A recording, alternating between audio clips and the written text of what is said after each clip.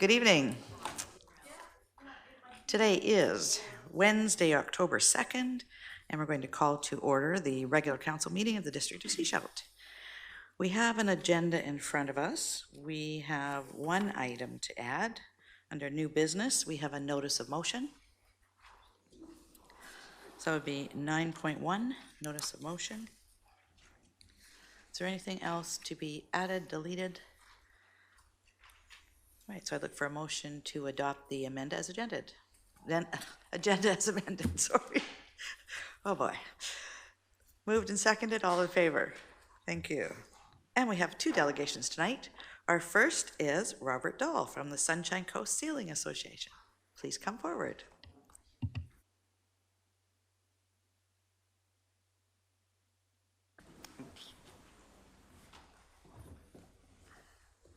All right, so now I can just use the clicker. Perfect.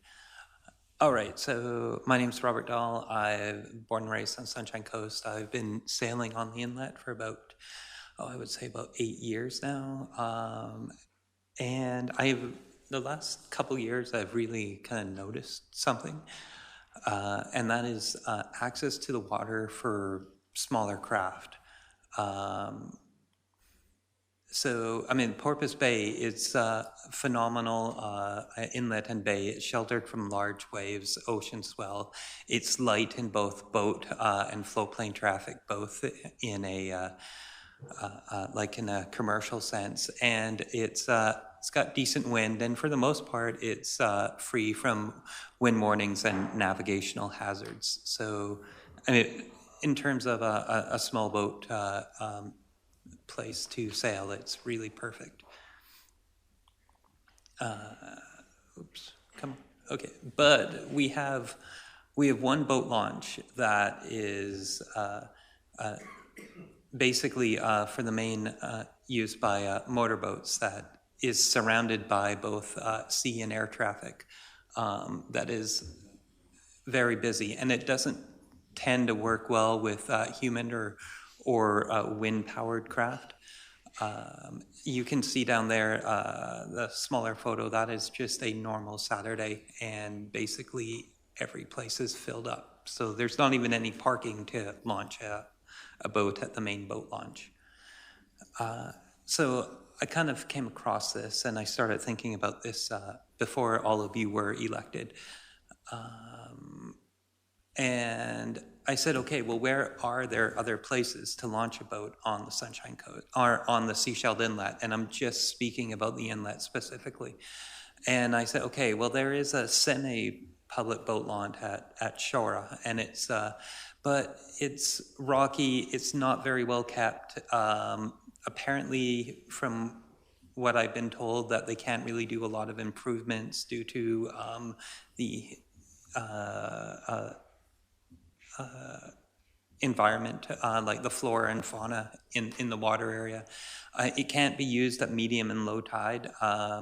And the road access is very steep, very windy, and only 9 feet wide. So it's also way off in kind of like the middle of nowhere.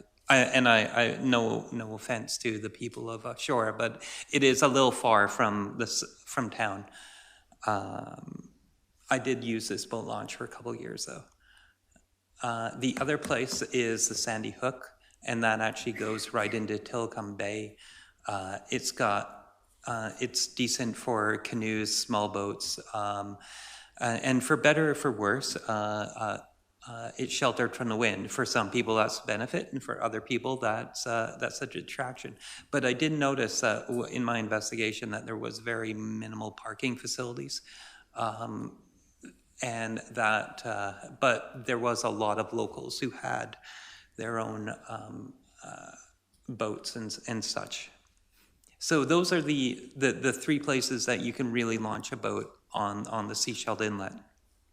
And as you can see, there wasn't really a lot of opportunity for the quote unquote car hopper and the small boat.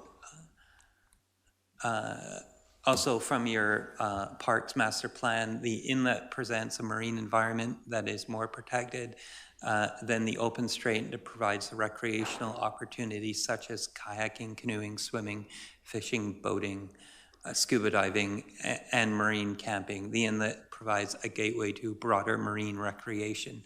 So you don't have to build the facility, it's already there. You just have to provide access to it. So this really kind of, I got the idea when I came across a Vancouver Parks proposal, and what they were trying to do was add non-motorized access to Falls Creek in one of their new parks. And on the right, there is a concept photo, and so I read their proposal and what they were trying to do, and I said, okay, easy access to the inlet, no floats required, away from the air and the sea traffic and the hub that is, kind of the lighthouse pub, Porpoise Bay. And for kayakers, windsurfers, sailing dinghies with around a 5 to 6 foot beam, and the beam of a boat is how wide the boat is, then you would add a trailer onto that, or a dinghy, and you're really looking at about 7 feet wide. And the prevailing winds are neither coming from the bow nor the stern, which makes it actually quite easy to get in and out if you don't have a large motor. So that was kind of what I'm kind of proposing, and what I think would be really beneficial to the inlet. And there is 2 locations that I saw that had some benefit that I'd like to propose here. One is the Willow Point Burnett. It's got a low slope. It's got easy access to Porpoise Bay, but it does have poor access on low tide. There is also no shoulder for parking, and it is close to a residential driveway, as you can see in the topographical from Google Maps there. So that is one of the other place that I thought was really nice was KONTIKI Road, which has a low slope. It's easy access to Porpoise Bay. It's shoulder parking. There is some signs that were put there a number of years ago about, having no parking anywhere there. I don't know the full history around that, but I'm sure it had something to do with what was happening at the time.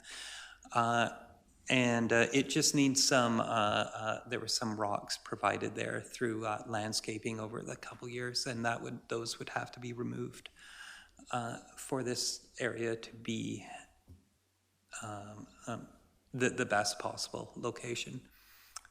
And one of the other things I really liked was, in researching this, was a semi-permeable paver for low environmental impact. I've seen this done a number of other communities, and it really does detract, or it's a lot nicer than looking at just a slab of concrete going into the water. And then I would also say parking strategies, about how you could provide both parking and yet allow people to launch their dinghies. And I'm really talking about like the somewhat bigger than a kayak, but smaller than a powerboat. And that's my presentation. Thank you. Any questions or comments? Councillor McLean. Thank you for this. How many people do you think may have a similar need as you do? Well, I would say that there isn't the access available, so we don't actually know how many people would want to be interested in accessing the inlet if there isn't the access available. Councillor McLean. And then just trying to understand your needs as well. The BURNETT Road and KONTIKI, those KONTIKI, thank you, would require either paved or semi-permeable ramp all the way to the water line, be it at whatever tide it's at. Just the natural beach wouldn't be sufficient? No, but definitely for the first one. I forgot. Burnett, thank you. That definitely had a lot of grounds that needed to be maintained. Also, the one with Kontiki actually does have the best benefit, but you're not dealing with sand and you're not dealing with gravel. You're dealing with kind of larger rocks, and what I've seen from like small trailers and stuff to get a boat, let's say the size of a laser, or slightly bigger, you actually to carry one of those boats is ridiculously hard. So it would be difficult to carry a boat directly to the water. I mean, kayaks do have the benefit of being able to do that, but I'm talking about mainly allowing more people to access the water easily, faster, because right now I see that as the traction is just the people don't want to do it because it's really hard to do. And even in the park's beach access guide, they do have a thing that says car topper. So that means that you can put something on top of your car and then you can take it off your car and put it in the water. And that's great if the car is actually near the water. But in everything but the Porpoise Bay boat launch, getting even the boat that's on top of the car to the water would be ridiculously hard with the resources that we have right now. So your timing is impeccable. And you've obviously been talking to some of the people who've been who are on the Harbor Development Select Committee. Because in our agenda today, on page 13, we're looking to adopt the minutes of that meeting, and one of the recommendations is that the committee requests council ask staff for a history of both Kontiki Road and Burnett Road access points and report on feasibility of creating a non-motorized boat launch at one or both locations. So they're on the same page as you, so that, if this passes, it would go to staff to look at that and come back to us with some recommendations. So thank you for presenting to us today, and thank you for a vote in favor of that recommendation. Councillor Toth. I was just wondering if both locations are within the East Porpoise Bay Community Association. I was just wondering if you talked to them about it at all to get their sort of endorsement on it. Not at this time, no. Okay. I can say that the one member who put this forward lives right beside one of these locations. And technically, I'm a member of the East Porpoise Bay Community Association. Oh, well, then, Alton, then I have talked to a member of the East Porpoise Bay Association. But not their board of directors. No, that is, but I do rephrase my comment. All right, any other questions or comments? Thank you for your time and your attention. Thank you. And our next delegation is Staff Sergeant Poppy Hallam.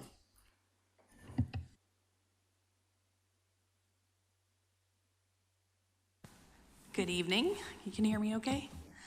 Thank you so much for having me. We are a little behind on this one. I would have liked to have done this presentation back in April, May when I was putting everything together. So I believe Darnell just had this presentation through the regional district already. So I presented to the town of Gibsons and our regional district partners. So my apologies that it got to you late. And the fact that there's been a few things that have gone on recently for us that fit within this, but also, you know, some of the things that we have to tweak here. Now, I'm not sure what, does that do it? What does it? Right here? There we go. Okay, so I'll go fairly quickly because this is fairly in-depth, but basically every year our reporting period goes from April 1st to March 31st. That's our calendar year. So technically, this strategic plan started April 1st and it will go to March 31st. So it's 2019, 2020. I met with Regional District back in, I think I started my consultations in January, February, just coming up with what some of our priorities should be for the communities on the coast. We are guided nationally by national priorities that we have to follow, provincial priorities, and then we have things that are obviously specific to the coast. I did meet with Darnelda and Andrew, I feel like it was in the beginning of the year, just to kind of get an idea of what you guys were looking for and how that would work in our national priorities. And so I'll get into that here. So basically, we're guided by these principles that I have to do nationally, so therefore I fit in to my national, like into these, what we can do locally that works for us. So obviously enhanced public safety, which for us is like road safety and that sort of thing, and I'll dig into these.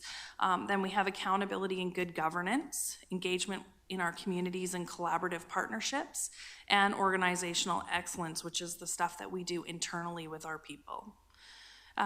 Some of the challenges that we have on the coast, obviously operating an integrated policing model, having so many communities, is the geography of our area. And so responding to calls from Port Mellon to Egmont and all points in between and the islands as well. Sometimes we have some challenges, obviously, about getting to calls for service and prioritizing them. We are seeing some resource challenges externally as well with our partners.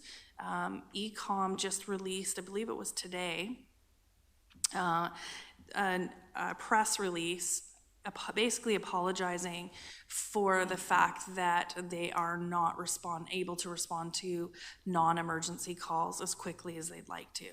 And we are experiencing that, and that is unfortunately a problem for us here on the coast, but it's a problem for us province-wide. And I had received a call from a fellow today who was on hold for 14 minutes because he witnessed his boat, which had been stolen. He saw it, recognized his boat attached to another boat, and wanted the police to help him retrieve it. And that, because it was a boat and because it was tied up, it wasn't considered an emergency. And so therefore he was put in the non-emergency queue and waited. And had that boat been on the back of a vehicle, like on a trailer or something, then that would, speed up the urgency.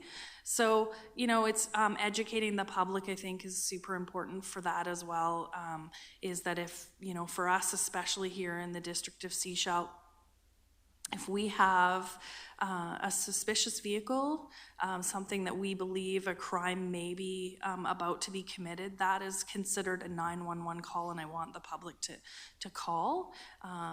Just because they haven't seen the crime in progress, if they see something and that they believe a crime may occur, especially if you see suspicious vehicles around places like our golf courses, some of our bus yards, and the things that have been hit, we're asking the public to call the 911. It's considered an emergency because we believe an offense is about to be committed.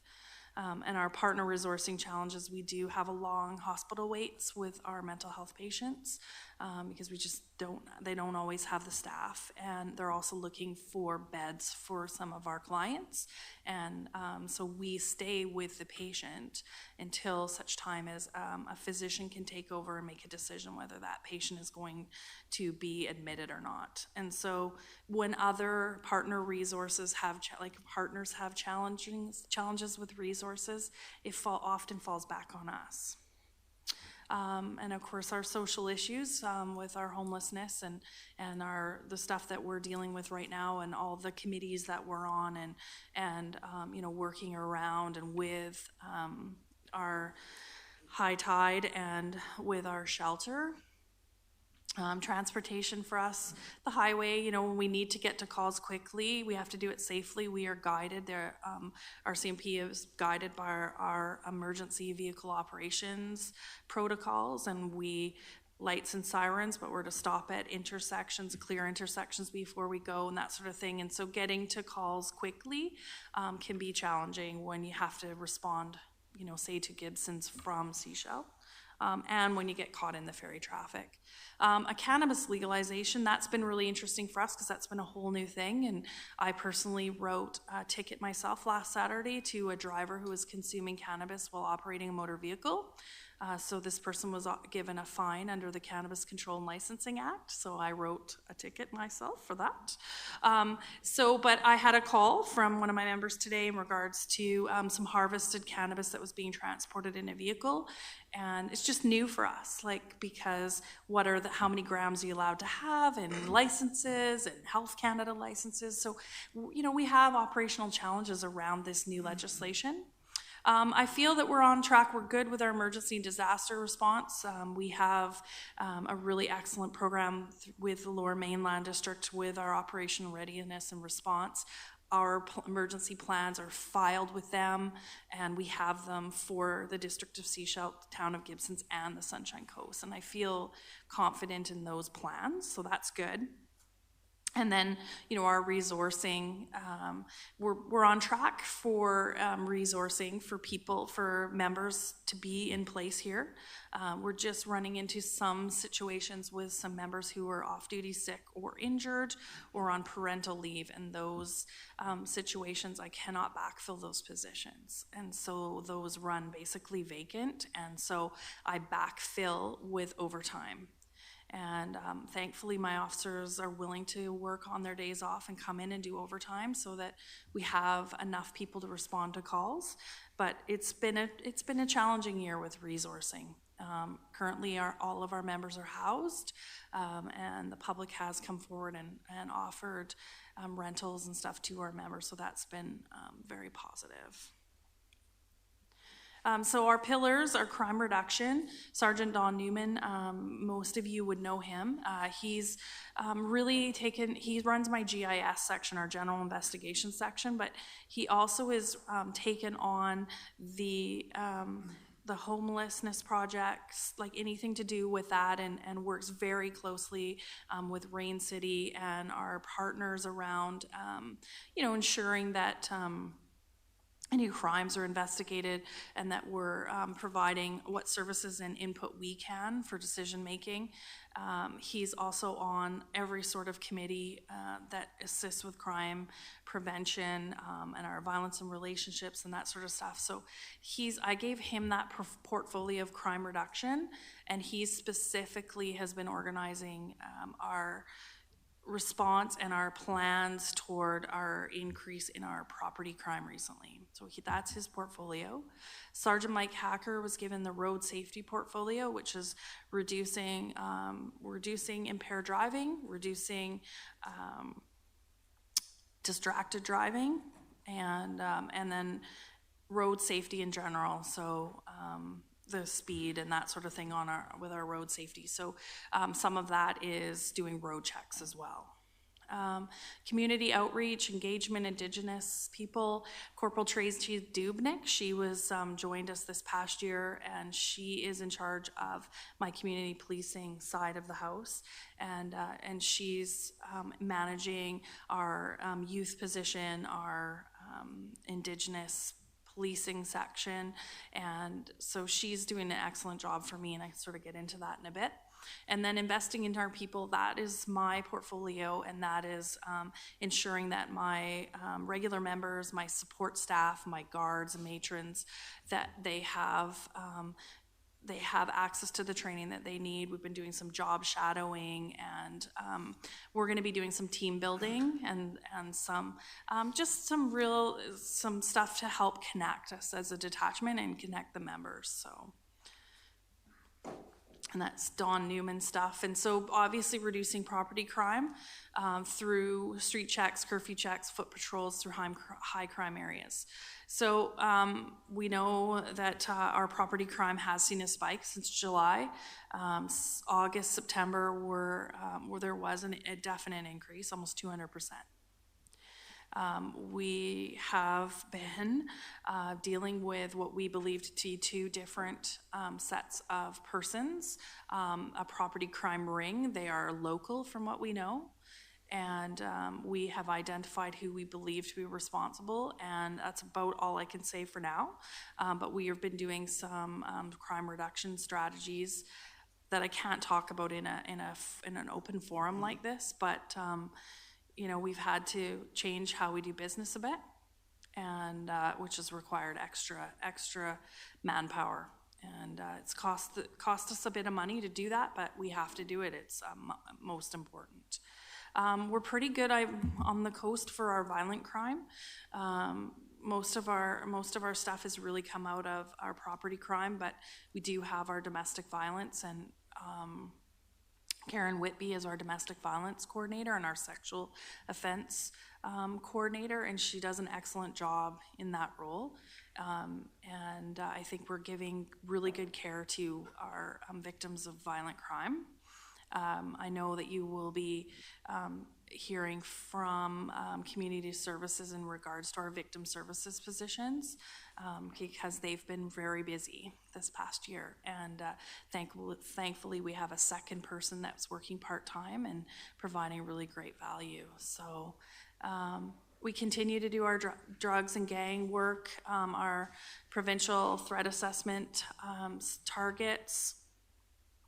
We're going to be bringing in some in-house training on human source and search warrants, and I have the general investigation section corporal position just closed, and we've heard from some people who have interest, and they've got really good experience on drug investigations and search warrants and working human sources, and that's what we wanted, and that's why I put that out to promotion, to try to bring in some high-level knowledge to help us really work this stuff. So increased patrols, which we've been doing in the downtown core, especially foot patrols, and in our vehicles, in like really putting ourselves out there. I did myself last Friday. I spent a lot of time in Lamprey Lane between 3 and 7:30 p.m. and around Lucky's and the dance studio and that sort of area where we have people moving to and from through town, through to the supportive housing and the shelters, and just coming through, and we've been really trying to get that visibility up, and I myself have been part of that. So, and we continue to do all of our meetings with our stakeholders and partners, and you know, supporting the programs around that. Oops. So road safety, reducing impaired drivers, distracted drivers, reducing collisions. Our numbers on the coast for collisions are just maintaining, and you would think, you know, I would have made assumptions that it increased with the amount of traffic that we seem to see, but I think, you know, with the fact that there is so much traffic, the speeds are not, you know, people aren't getting to those high speeds, but the impaired drivers, we continue to get them. Our traffic section member had an impaired driver I think it was before lunch today. So it's really important to keep impaired drivers off the road, and they're at all hours and all days and all types. Violation tickets, distracted driving continues to be important. The cell phone stuff, we just need to put more people out to do sort of watching for those sorts of things. Our check stops we're right where we need to be for how many check stops we're doing for targeted enforcement. And like I said, we've got everybody's trained on impaired driving. We've got lots of data master intoximeter operators. We have drug impaired investigators, so we're really in good shape that way for road safety. And our community engagement, I think, you know, we're doing well with that as well. We do a lot of foot patrols. We're doing as much proactive community engagement. Recently, we had our community barbecue, which was really well attended and had really good feedback on that. We had partners there who had their opportunity to mix and mingle with the public, and I personally handed out 400 hot dogs. I think that was pretty good. It was good. Our Cops for Cancer engagement, with our ladies gala and our jail and bail, we raised the most money we ever have for Cops for Cancer, 87,000, I think, or 83,000 this year.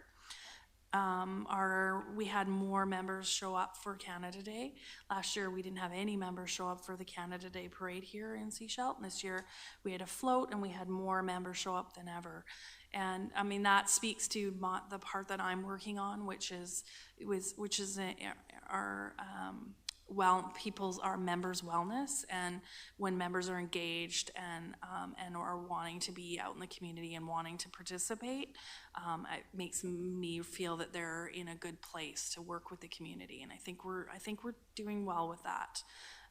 And I know Karen Whitby, our domestic violence coordinator, she also does our media, and she's putting a lot of stuff out into the media, and I speak to it too. I'm always answering calls from the media and putting out as much information as I can. I take their calls. I always do. I always take their calls, and I think that transparency is really important. Public has a right to know what we're doing. When the public wants to know what we're doing, I will answer as much as I possibly can. Cultural awareness training. We just took part in Orange Shirt Day. We were with the Sechelt Nation. We were there, and they actually acknowledged the fact that the RCMP was there, because that is part of the reconciliation. We were part of taking children from homes, ensuring children were going to the schools, and I think that it's so incredibly important that we own what we are part to it, and that we work on reconciliation. I personally belong to, say, a reconciliation group myself, and try to attend these things. So the cultural training is very important, that our members are going and learning about the residential school, that they'll be all mandated to take Kairos blanket exercises. We're still working with our officer activity rollout. That was one of the things that I was hoping would help us determine how many officers we need, and determine our policing costs, how much time we spend doing certain things. Unfortunately, we're getting errors because our response time to calls are outside of what that operating system understands. So that operating system works on a Surrey, it works on a Richmond, works in those bigger detachments. Well, for us, it's giving us an error if we respond outside of 7 minutes. So we are getting errors. So we're looking like we're not complying. Like, I wanted us to be at 70% compliance by this time, and we're sitting around 54% because it keeps giving us errors. So it's not probably going to be the best thing to use. So unfortunately, I'm gonna have to look at something else. So there's us on, that was our parade, that was our float in the Sechelt parade. And so that's, been the biggest thing, is I think healthy police officers it's so important. Healthy employees make great police officers, and make better police officers out in the community. And I think taking care of them is very important. And so I've had mental wellness training, and I've had a psychologist come in and meet with all of our officers. We've had a psychologist come in after we've had some traumatic events, come into the office immediately, and also call officers who've been involved in investigations. The Internal Investigation Office of BC, we had 3 investigations within a month of conduct of our officers, any nexus to serious injury, death. All 3 of those investigations, our officers were cleared of any wrongdoing, but that one was just recently cleared, and that took several months of investigation for them to clear him. And in the meantime, that hangs over his head, and it's very stressful. So we've been just working through providing care to our officers through those kinds of situations. So this is my thing, and I think as the detachment commander, I'm responsible for my employees, and their wellness falls under my responsibility. So one thing is, I know that you as the District of Sechelt provide your municipal employees who work in my office.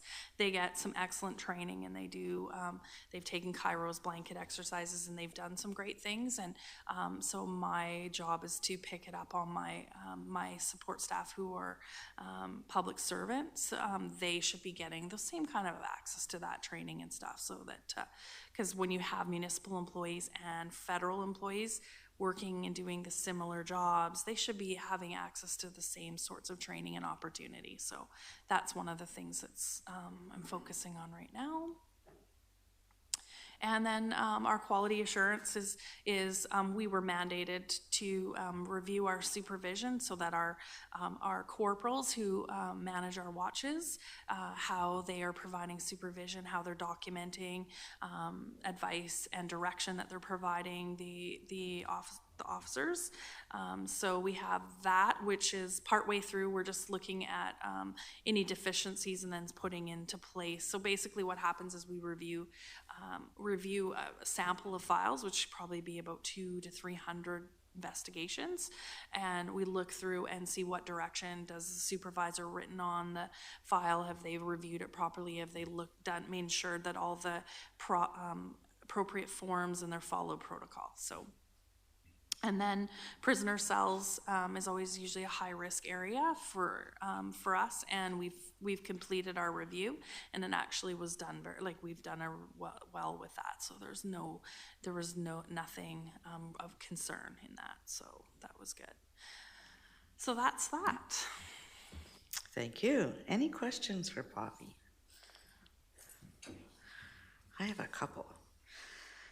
One of the issues that we run into in the community is around the Health Canada medical marijuana licenses. Have you heard of any changes coming down on that, around knowing where they are coming under municipal or any kind of bylaws for how they're grown and odor control and those kinds of things? Anything? Nothing. Nothing? So basically we take complaints in the community regularly. Like for instance, today, this complaint that we received, and this vehicle was apparently loaded with fresh green cannabis, and it caused a problem with the neighbor who called it in. And what happens is every time we get those kind of complaints, we can call the 1-800 number with Health Canada and determine if that address and the person's residing there have a license. The problem is, and I think we've talked about this before, is that the government created this legislation but didn't put any provisions for us to check on this. So somebody might have a license for 400 plants. However, they could have 2,000 plants in there. And so we're working with that right now. But there are Health Canada licenses on the coast. And yeah, they don't have the same regulations.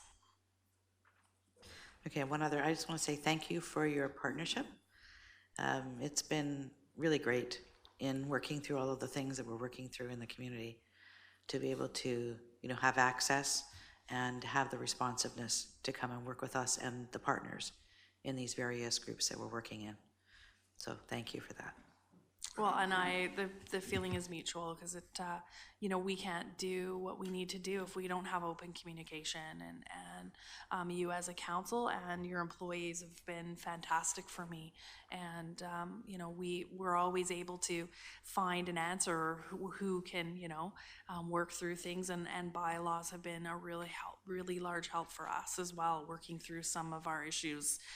I did take the cost of the a problem RV that was causing us problems in the District of Sechelt downtown.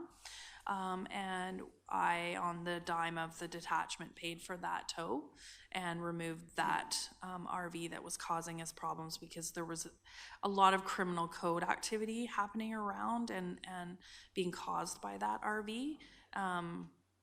Mischief being one of them, interfering with people's lawful use of their properties. This RV was the conduit of that mischief, and so we had that vehicle removed. And I think, it's working together through those kinds of things, and working with Bylaw and knowing that RV could not stay on the District of Sechelt streets for longer than this amount of time, and just knowing and working together, it's been, I have to agree, it's been very good, despite our recent, we've had a few things that have come up for us that have been challenging, but I think we're on the path, and I think some things are going to happen, some good things. Right, thank you for being here, and thank you for your presentation. Thank you.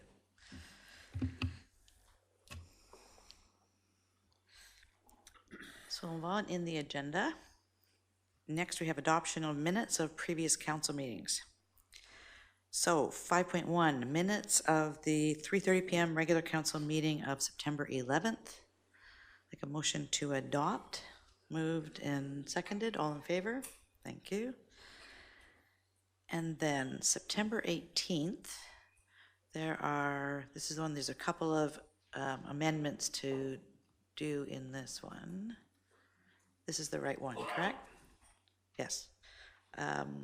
It is recommendation 2009-09C31, so on page 19.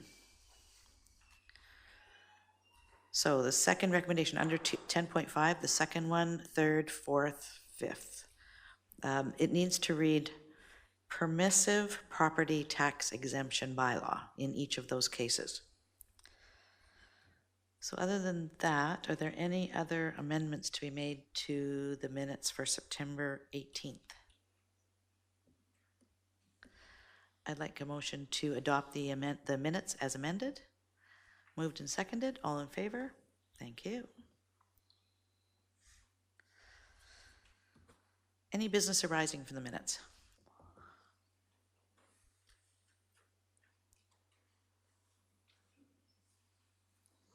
Nothing? Thank you. Item 7.1, minutes of the committee of the whole meeting of September 11th for adoption. Somebody to move and second? Moved and seconded. All in favor? Thank you. And minutes of the special committee of the whole meeting of September 17th. Yes. Councillor Rowe. I was actually stuck at work that day. I didn't attend. This is on the 7.2? Yes. Okay, so that's an amendment on that one. It says, oh, you didn't make it, that's right. No. Okay, so in these minutes, I noticed that there are a couple of things pointed out. On page 31, right above where it says background and comparison of previous liquid waste management plan stages, it says conversations are needed between council and district staff on how to further proceed. So that's something that we'll need to do some work on. And then, if you go right before it says adjournment, council refers the steering committee step of stage 2 to staff. If we adopt these, is that automatically taking that into account, or do we need to actually make a motion to that? It's on page 34. Because it's just kind of a bullet there. Right above adjournment. Refer the steering committee step of stage 2 to staff. If we just adopt them, we're fine? Okay. Move to adopt? Your comment, question? So that comment may be coming from because we didn't actually vote on a motion to refer to staff, which we maybe should have. Particularly because I've suggested this, and what I was suggesting was refer the composition of the steering committee to staff. Okay, so you'd like staff to look at, I think there was.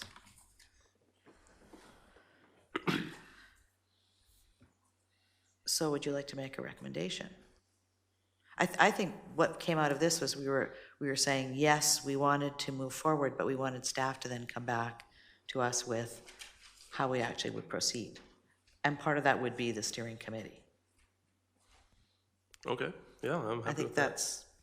that's kind of what staff went away with. I went away with I need to get a steering committee appointed. That's what, Perfect. So if we adopt these, he'll go do that. Okay. Okay? Any other comments? He got it. Is there someone like to move the adoption of these minutes? Moved? Seconded? All in favor? Thank you. With that one amendment, right? With Brenda not being there? Perfect. So we move on to bylaws. This is item 8.1. 8.1A, this is Evolve Zoning Application 1688/1730 Field Road, Wilson Creek, Zoning Amendment Bylaw number 25-302, 2019. So first I'd like a motion to receive the report. Moved and seconded. All in favor of receipt? Thank you. And Mr. Hall. Thank you. So tonight we have the zoning amendment bylaw being introduced for consideration for the Evolve application. Just a quick outline of the timeline, but basically it's been to APC, it's been to the Committee of the Whole back in February, and then in March, Council directed us to draft a zoning amendment bylaw, which we've been working on since that time, going back and forth with the applicant to refine and revise the proposed land uses and other regulations, and that's where we are tonight to present the zoning amendment bylaw for first reading. So just to recap, it's proposing 175 residential units and 9,900 square meters of commercial floor area, so about 106,000 square feet. The property has sort of part of it is existing zone CD4 and PA1 from a previous rezoning. The existing park area or PA1 zoned area covers sort of the east and south of the property, mostly riparian habitat and sort of treed areas. Under the OCP, it's currently split designated regional center and park, basically mirroring the existing zoning of the property, CD4 and PA1. As you can see here, the regional center and then the park, PA1 zone area. So this application certainly speaks to a couple items in the strategic plan around providing a mix of housing types and looking at planning new neighborhoods to address connectivity issues, pathways, sidewalks, looking at providing opportunities to create or expand transit routes. So they'd be looking at rezoning the CD4 area here to a new CD zone with the PA1 zone basically remaining the same.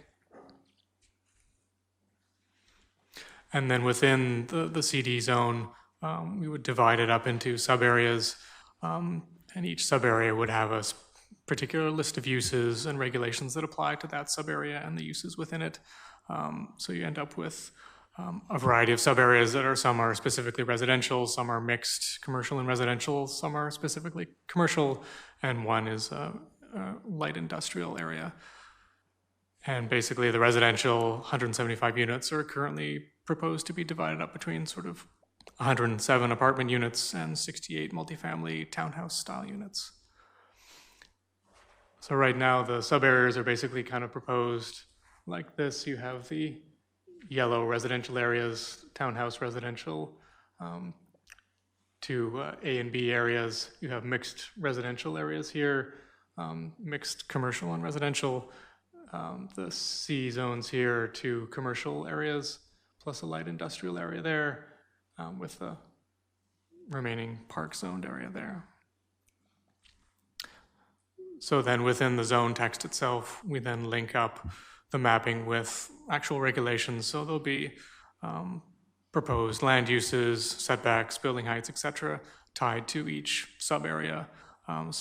So each use within that area is kind of grouped by area rather than you might normally see in a regular zone where all the regulations apply to the entire property in the same way. So we're getting into, the current CD4 zone permits up to 20 residential live-work units. So what's being proposed now is a substantial increase, certainly in terms of residential units. The current zoning has a significantly larger amount of commercial floor area that was proposed. So the rezoning is actually decreasing that, but the residential units are increasing quite a lot. When it comes to Field Road itself, there's a number of upgrades that are required, basically running from the highway up Field Road to the property. Something that has come out through engineering review, and the engineering department is recommending that roadworks be required as part of the application.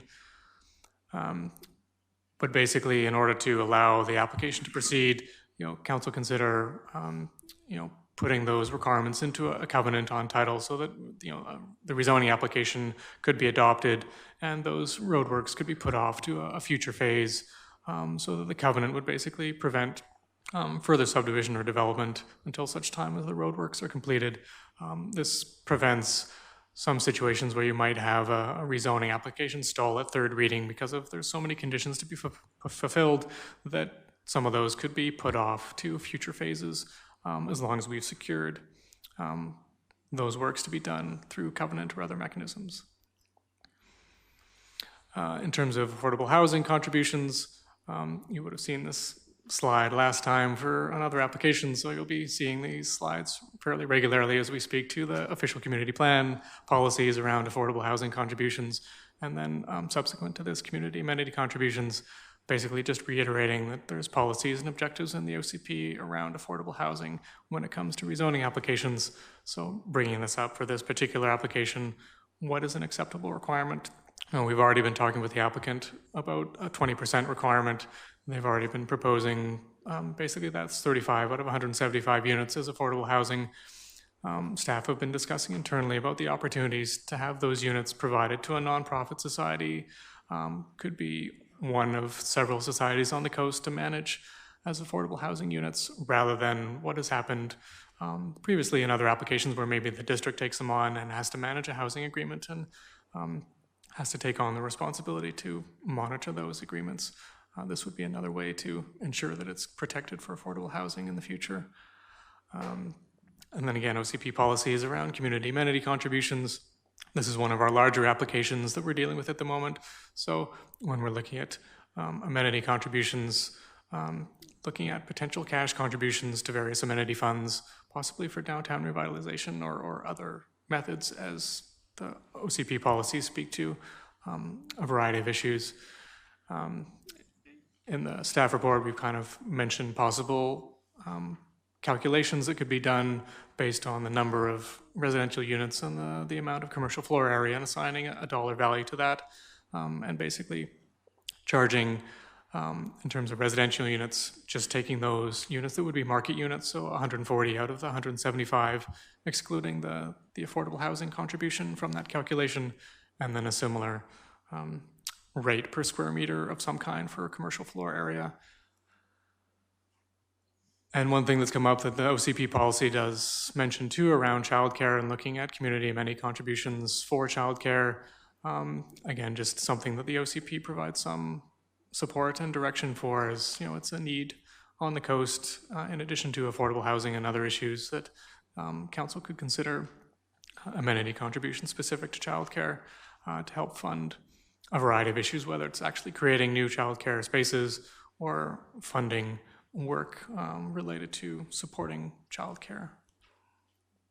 And that's it so far. Thank you. Any questions?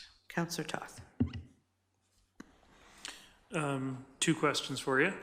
In the report, it talks about funding 50 childcare spaces. And I was just wondering where the number 50 came from. Is it like X, like 0.3 per unit of housing or something? I just picked a number just as an example too. Okay. And then the parkland areas, what would be our level of ownership or maintenance on them? Any It guess? depends. I mean, there's a variety of options that we could look at. I mean, the OCP already has that area designated as park, and it's currently zoned PA1 from a previous rezoning. So the uses are basically limited right now. So, the district could consider, to have the land dedicated as park, although the bulk of it is riparian habitat, which isn't necessarily usable parkland. So, the district could also consider leaving that undedicated, could be, further protected, through a covenant on title just to address, riparian protection. But the actual land itself could still remain under the ownership of the developer or property owner. It's just protected by the covenant and through zoning as limited park use. Okay, thank you. Any other questions? Councillor McLean. I'm just going to read a little section from our 2018 Parks Master Plan, and that will lead into a question. So under potential projects for Wilson Creek, currently the Wilson Creek area has only one dedicated park with no amenities. Neighborhood park amenities like a playground equipment and additional park dedication should be considered. And here's their question. This site is ideal for a park in Wilson Creek. I recognize that there is parkland dedicated, but is it suitable for use with something like a playground? Or is it all riparian and essentially has to be mostly nature? Certainly on the probably the southern boundary, that's outside the riparian area. It's mostly acting as a tree buffer at the moment. The applicant has shown in their plans potential park areas within the CD zone itself. So that's something we'd look at maintaining in terms of some kind of park space use or green space for the residential areas there. As part of the subdivision, they'd be required to provide a 5% of the total land area as a park dedication or cash in lieu. So we can look at specifically for that property where the opportunities are to have a neighborhood park on that site to serve both the immediate residents and the local area, or if there's a site better suited in the neighboring area. Certainly in the OCP speaks to that too. The Wilson Creek Neighborhood Plan also identifies the lack of parks in that area. So it's definitely something to keep in mind. Any other questions?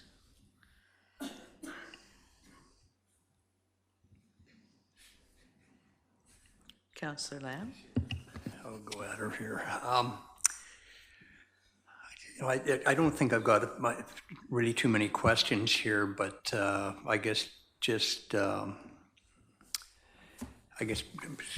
concerns. I guess is how we move forward. This is a great project for our community, and for myself, I'd like to see it go ahead. And anyways, I just we've had some good discussions around affordable housing. So I'd like to make sure that, that the amenities that we look for from a development like this are, we just work with the developer as much as we can to the best we can to hopefully we can get a win-win for both parties out of this. And I know that, our staff is, we've got three people in our planning department that haven't been here for a long period of time, and I'm sure they're on a huge learning curve. But I see good progress from what I'm seeing, and there seems to be some good strides moving forward where they'll be able to work with the developer. I believe that hopefully the developer stay on track and work with our staff and move this project ahead. So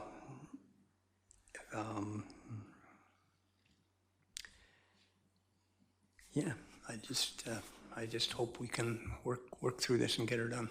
So thank you to staff. I have a question on page 38. This is about sewer. So I've been following this, as have probably most of council here, in that the sewer service to the proposed development is to be provided by SIGD, the Sechelt Indian Government District. So the last paragraph on here says, if a new facility is not constructed or the agreement between the developer and SIGD is not permanent, then the proposed development will be unable to accommodate any on-site treatment without a significant reduction to the scale of the development. Do we know where the agreement is between the developer and SIGD at this point? We have seen a draft agreement. I mean, that's one of the pieces that will need further work in that, the district really does need to be a party to that agreement, partly just to ensure, we're sort of the carrier between the development and the ultimate end recipient of the sewage.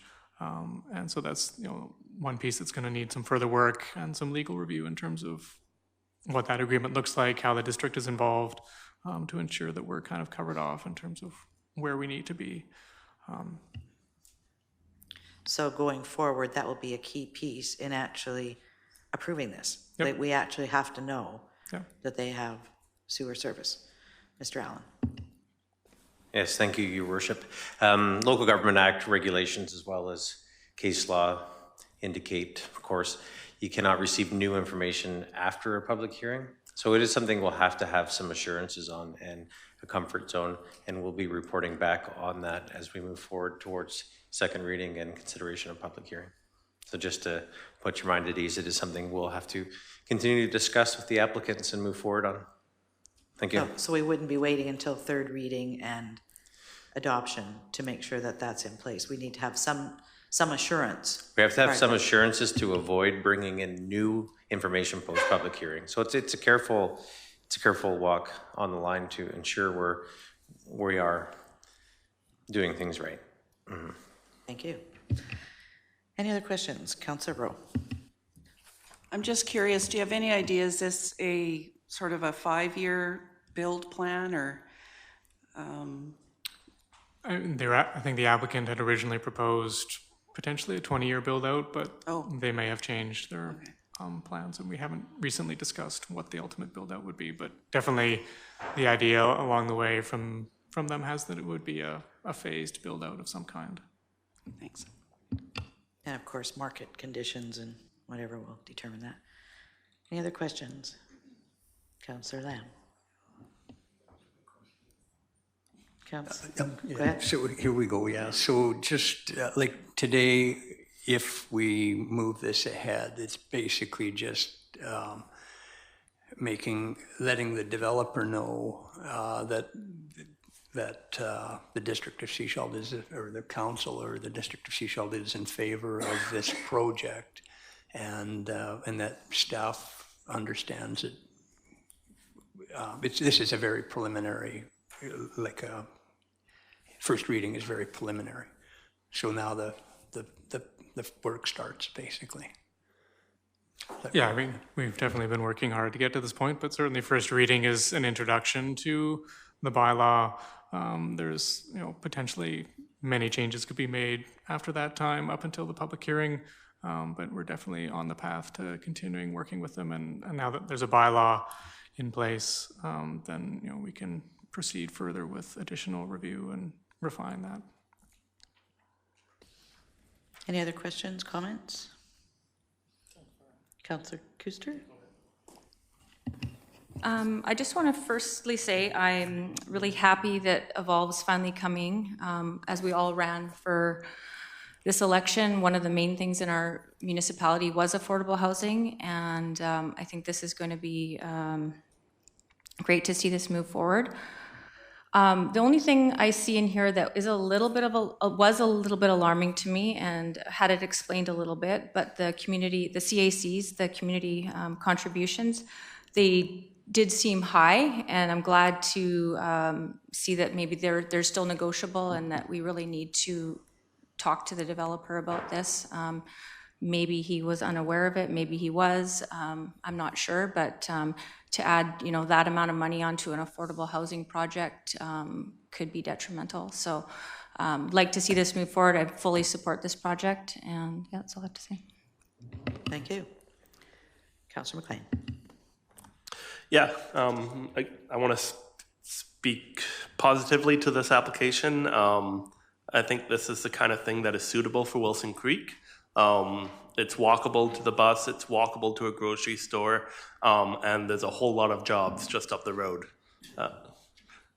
So it's a great development. It's a whole lot more density than what was currently zoned for that area, which was large format retail and some of the live work suites. So it's a significant change in what was there, but I think it's a change in the right direction. This is the kind of community that Sechelt needs, so I'm looking forward to seeing this proceed. Thank you. Any other comments, questions? Councillor Kuster.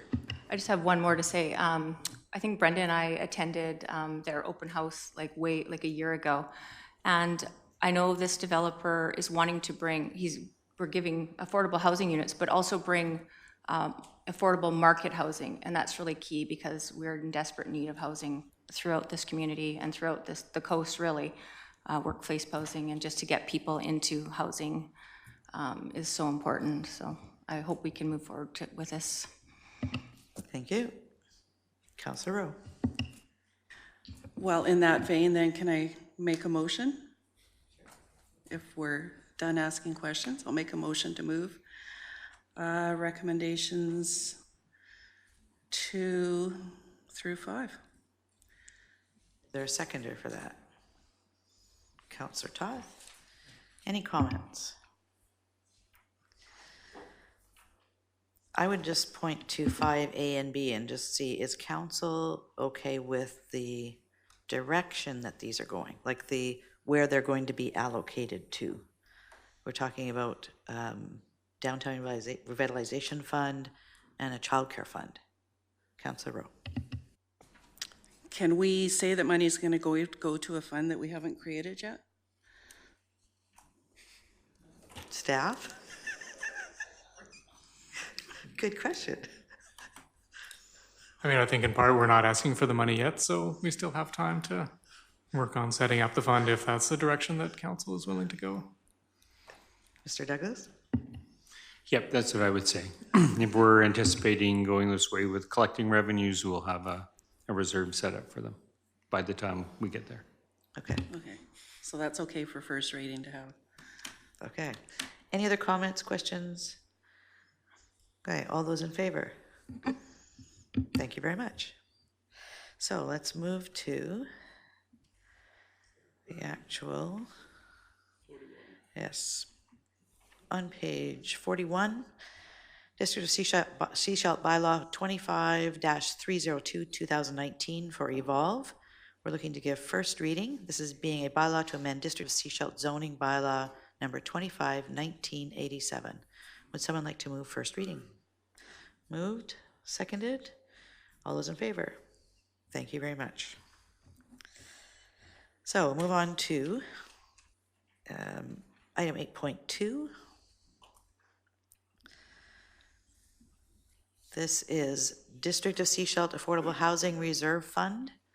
First, a motion to receive the report. Moved and seconded. All in favor? Thank you. And Mr. Douglas. Thank you, Worship. Good evening, Mayor and Council. So at the last meeting, we talked about affordable housing. The Society came the previous meeting and asked for some funding, which led to a bit of an investigation on what we have currently within the District of Sechelt. And so staff's recommended and Council directed staff to investigate and prepare a bylaw that includes guidelines for awarding affordable housing funds on affordable housing initiatives. And since the meeting, staff reviewed, which I've included here, as parts of our OCP and policies within the OCP. And we've also investigated and looked at other communities and what they have for affordable housing reserves and their kind of guidelines for spending the money. And out of that, we put together a bylaw that will hold the the affordable housing reserve funds that we receive. And in the bylaw, it states that we can receive this from development or from taxation or from surplus. So there's many ways in which we can accumulate money in here. Currently, we do have $63,000 sitting in what I would call a reserve account. It's not statutory, but in approving the bylaw, it would make those funds statutory and only be able to be used for that purpose. Thank you. Thank you. Any questions?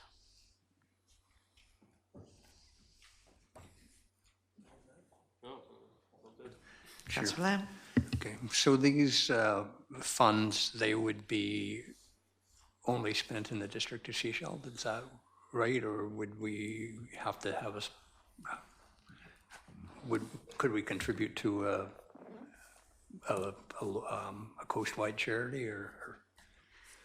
From my investigation, most of the reserves clearly stated that they're for initiatives within the current town or area. And so this bylaw includes that as a common clause. Councillor McLean, did you have? No, I didn't. Okay. I noticed that in the bylaw that you're putting forward, there aren't actually any equations, any of that kind of stuff. Are we anticipating a separate policy that would determine how we would actually gather these funds?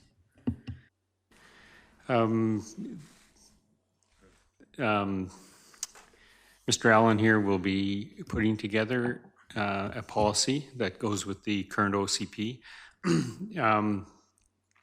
When we put this bylaw together, we found out that there was two policies that currently exist that don't really apply to the current OCP or this bylaw now that we're embarking on this bylaw. So we're also recommending to rescind one policy now, and I believe Director Allen will be bringing forward another policy that he'll want to see rescinded. Sorry, maybe you could repeat your question there. There aren't any, there's no criteria inside of this. What you're saying is it will be coming forward later. This is Correct. just setting up the reserve to actually hold the funds. Correct, and the methods of which we can push it out. Sorry. Okay. Councillor McLean. Yeah, I think Councillor Lamb raises a good point, which I think I missed. So thank you, Councillor Lamb. So within provision 5 of this bylaw, stimulate and secure affordable housing opportunities within the District of Sechelt.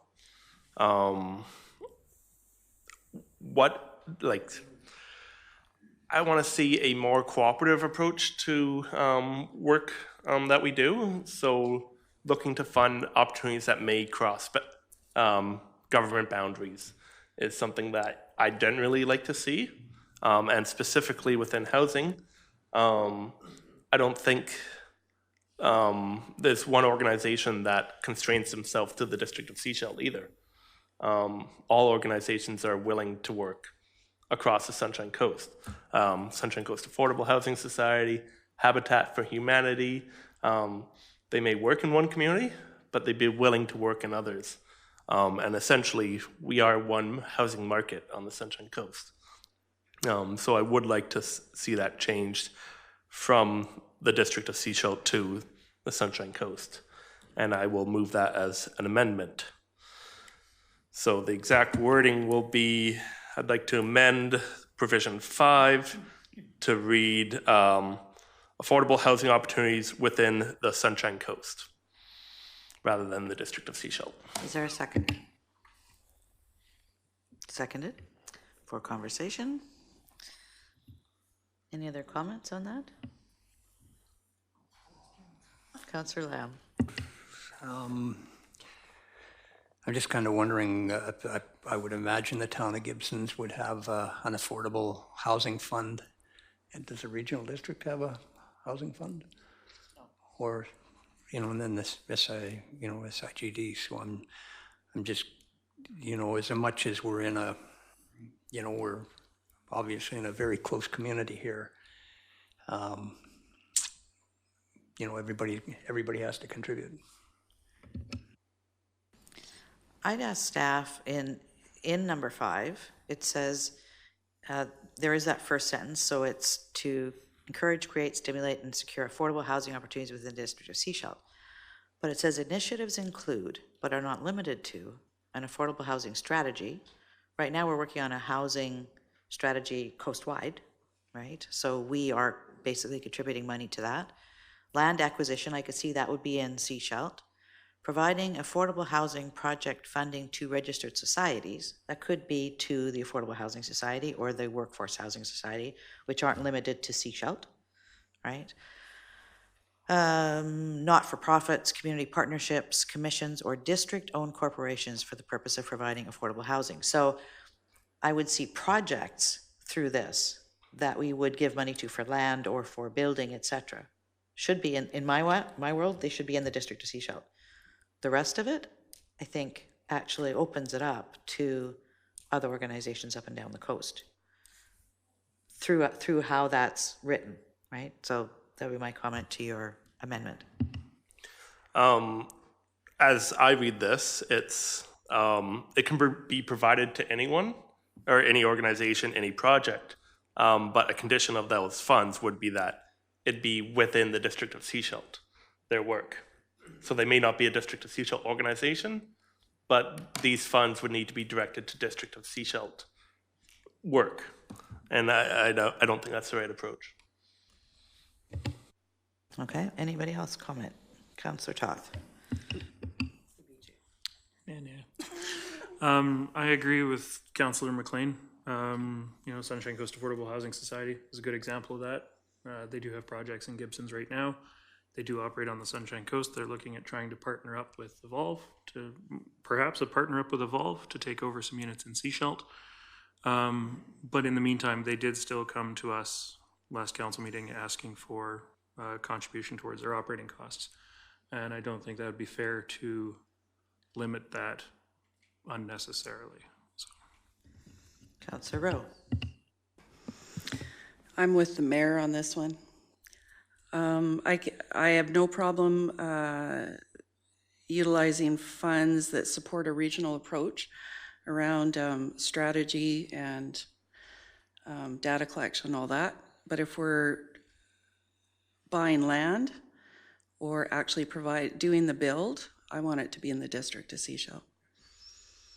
So I sort of see two different streams in my mind. Councillor Gooster. I agree with Mayor as well, especially if we're talking about taxation. I can't imagine people in the district of Sechelt, if we ever do decide to that tax and then we're giving it away to a different community. And as far as land use as well and projects, I think that money should go to the district of Sechelt. Yeah, thanks. Councillor Lamb, do you want to weigh in? Everybody else has. You're okay? Councillor Toth. Actually, just a question for Mr. Douglas. If we approve this as amended, projects that wanted to come forward or organizations that wanted to come forward for funding wouldn't necessarily receive automatic approval, correct? They would still have to come to us for approval. That's correct. Any money that leaves this reserve fund would come through council with the staff report. So we would still have that ability to say, no, we're not going to support purchasing land in Egmont, for example.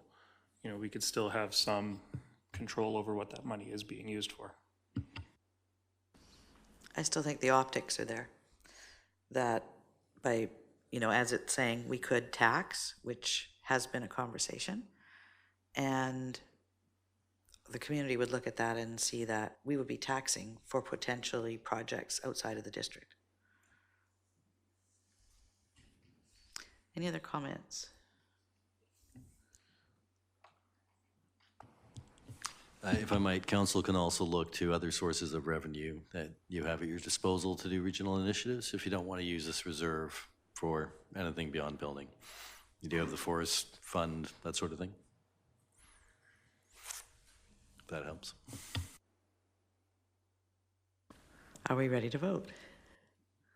So we have an amendment. The amendment is to change the first sentence in number 5 to read, "Monies in the reserve fund shall be used to encourage, create, stimulate, and secure affordable housing opportunities within the Sunshine Coast."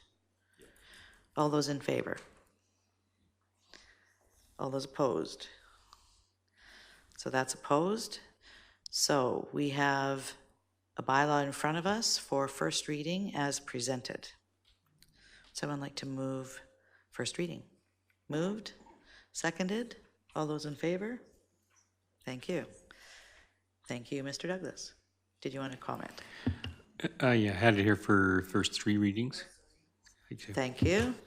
Let's go for second reading. Moved and seconded, all in favor? And third reading. Moved and seconded, all in favor?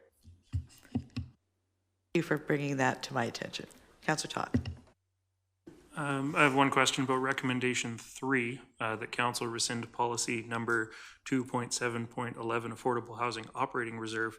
Would it be appropriate for us to rescind that at this time, or would that be better off to wait for adoption? It can be done now.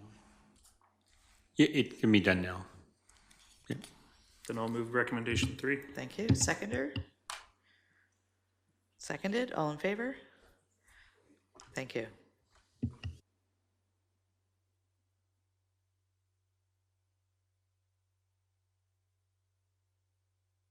So let's move on to item 8.3A. This is zoning amendment bylaw number 25-299, 2019, Canadian Baptists.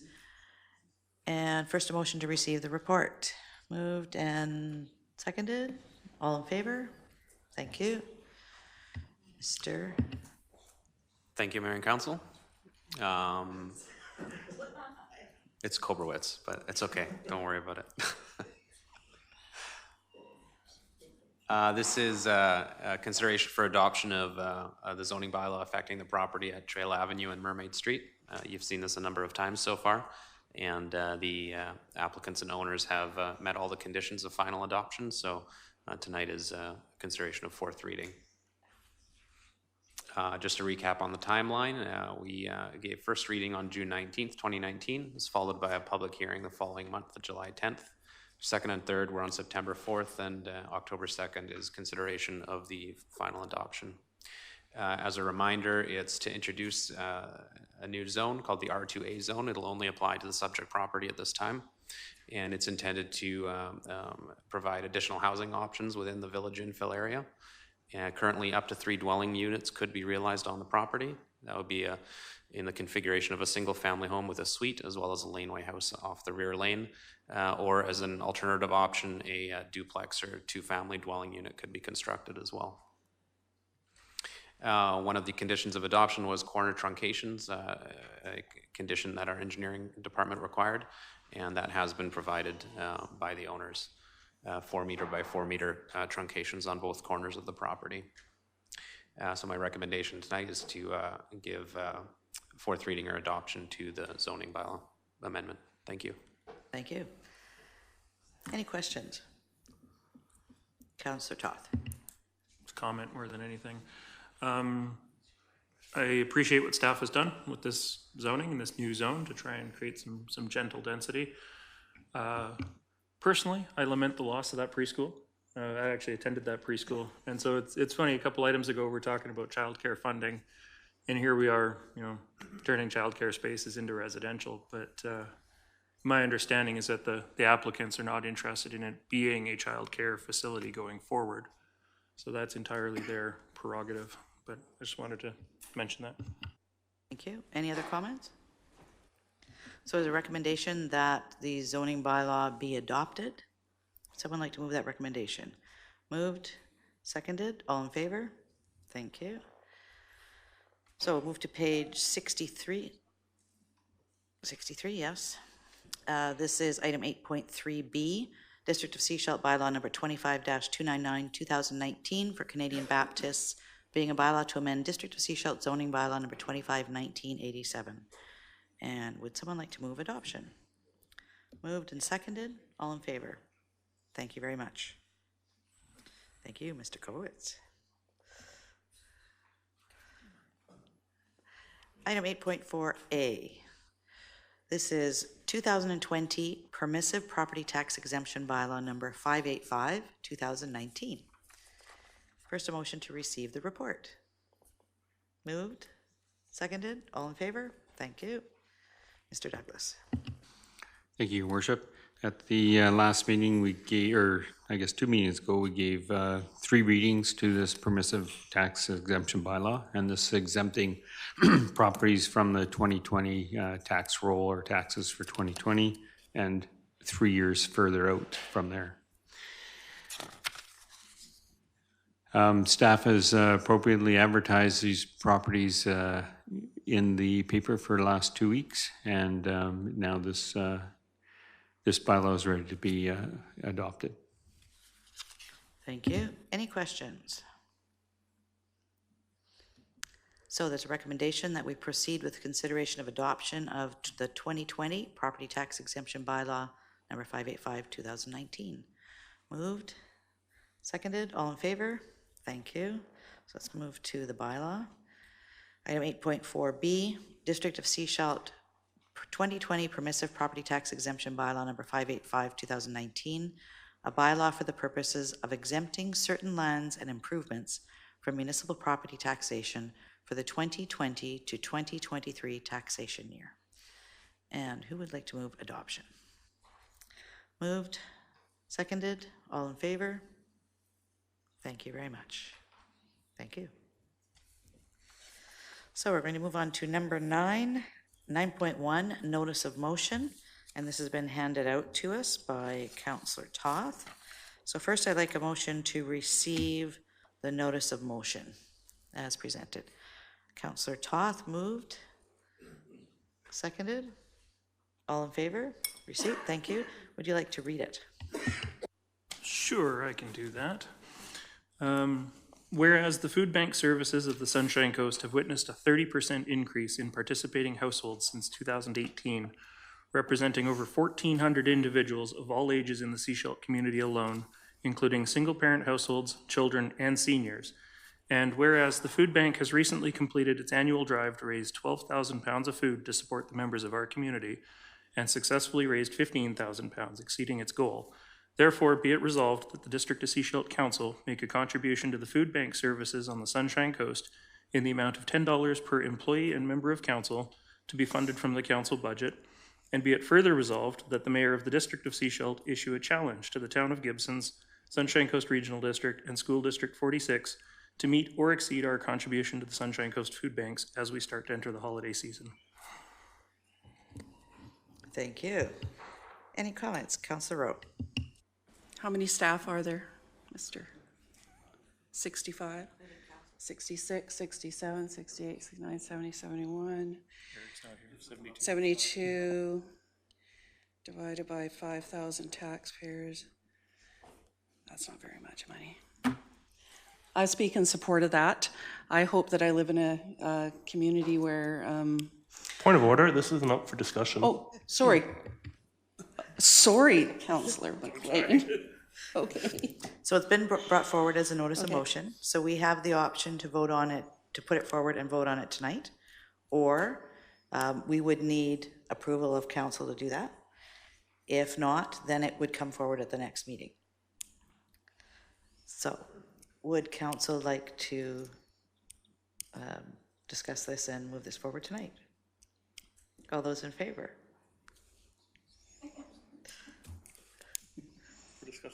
For discussion tonight. Not unanimous, so I don't think we can do that, correct? Like that's the, okay. We'll bring this forward to the next meeting.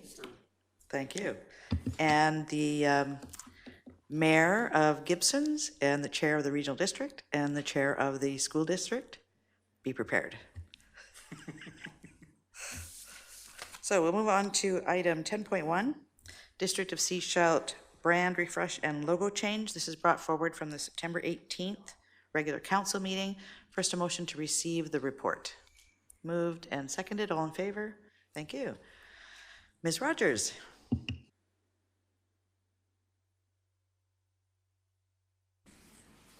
I know I already got to talk to you about it a little bit a couple of weeks ago. and I appreciate that you're going to give me another couple of minutes. I'd like to tell you a story. Last weekend, I was away on a local government course. It was local government administration. So I was in a room with about 30 local government professionals. And at lunchtime, we were all sitting around. There was me and 8 other people at my table talking about what we're working on. And I said, well, going through community branding, so I'm experiencing logo gate at the moment. And Garen, I did get a lot of sympathy. Not one person at that table, by the way, worked in communications in any way. They were all finance, bylaw, and corporate admin. But they certainly sympathized with the logo thing. And one of them said, you know, if you're going through branding, Bowen Island has this amazing brand. And it was really funny because the whole table zoomed in and went, oh, Bowen Island is so great. They have the best brand. And I said, really, what do you like about it? Well, they have this thing. There's a thing that they say. It's really funny. It's something about it's terrible here. And I sat back and I listened to them, and they kept talking about how great Bowen Island is. Not one of them could remember what the tagline is. And the tagline they were talking about is, tell your friends it's awful here. But they remembered that. And then one of them said, actually, there was something else I saw on a bumper sticker, and it said something about it being so beautiful it was crazy. And that one is almost unreasonably beautiful. They couldn't remember the exact tagline, but they all remembered that there was something about Bowen Island's brand that was really great. And so I asked them, do you remember what their logo looks like? Somebody said they thought there was a tree in it. That was it. They couldn't remember the logo, but they all remembered the feeling. And that's what branding is. And now I'm not saying that the logo is not important. The logo is an important part of a brand. But it's the overall brand, and it's how everybody buys into it. I actually phoned Bowen Island 3 weeks ago because I wanted to get a copy of their policy, because they did the same thing that we're doing with the community brand and having a licensing agreement. So I wanted to have a look at their materials. And I spoke to somebody in their corporate administration office, and I said, you know, this is what we're doing. And she said, oh, good luck to you. It was awful. We put this out there, and so many people in the community on Facebook hated it. And I said, but it's really good. It's a successful brand. I've seen it. I really like it. And she said, oh yeah, it's really great. It was a no-brainer. But the heat that you get from it on social media is awful. And so it was funny that was a conversation I had 3 weeks ago. And then a week ago, all of those people sitting around talking about Bowen Island. And 2 of them had never been there, but want to go there because it sounds like a really cool place. So if a logo is part of that brand, what does that look like for the district of Sechelt? I was asked this week, there's a provincial magazine that is looking at doing a story on Sechelt, and I might get to help them add a little bit of information to their story and have it go our way. But I would also normally take out an ad beside that article and really leverage that, and maybe do something about Sechelt and how it's a great place to do business. What logo would you like me to put on the ad? Because if it's our current logo, I can't use the taglines because that's part of the community brand. That's not the corporate brand. So I can put our current logo on there and just have some words about doing business here. But the community brand really speaks to who we are, and I'd like to be able to use that. So these are not your 4 choices. These are 4 choices of what it could look like. So if there's one that you're like, I love that, although I find the font is all really big on all of them, but that's my personal thought. If there is another version that you would like me to have a graphic designer work with, I can come back to you with more choices. If you want to give me a little direction on what you'd like to see, I can certainly work on something. Thank you. Any comments? Councillor McLean. More of a question to start. Within your report, there's several costs for physically changing the logo on some of our things. What about expenses to do stuff like that ad that you mentioned? Like, where do we have a budget to get this new brand out there? I have an advertising budget. Our advertising budget is used for things like, we've been running some recycling ads on the radio. There's a separate budget for advertising public hearings and things. But part of the advertising budget is the mayor's message, the municipal memo, things like that. It's usually my advertising is spent locally. Last year, we did take out an ad in BC Business Magazine when we made the top 20 places to work in BC. So I just, took out smaller ads, did more Facebook posts and more Facebook boosts because it's cheaper than a newspaper ad. So I can work within my budget for ads like that. Other questions, comments? Councillor Toth. A question and a statement. I'll start with the question. How were the members of the task force selected? Some of the members of the task force had approached me over the last few months. I don't know if you remember, at the last council, one of their strategic goals was something about finding an identity for Seashelt. So it was kind of on my mind that this was a thing that we needed to do. And so people had been approaching me when I was at public events saying, hey, if you're going to be doing anything, can I participate? And it was important that it not be a focus group of random individuals, but people with branding experience or business experience. So some of those people had approached me, and then a couple of the others I found through Bill Downey. He had some people that he recommended because he has experience in this area, and so he had been talking about it as well. So there was no ad that went out seeking volunteers, right? Because we didn't want any kind of volunteer. Okay, I can understand that. I like the branding. I mean, after we left the last council meeting, I had an application into you to license it for my other life. Personally, for the Corporation of the District of Seashelt, I like our current logo, and I'm going to vote against this. But that's just my views. Thank you. Any other comments?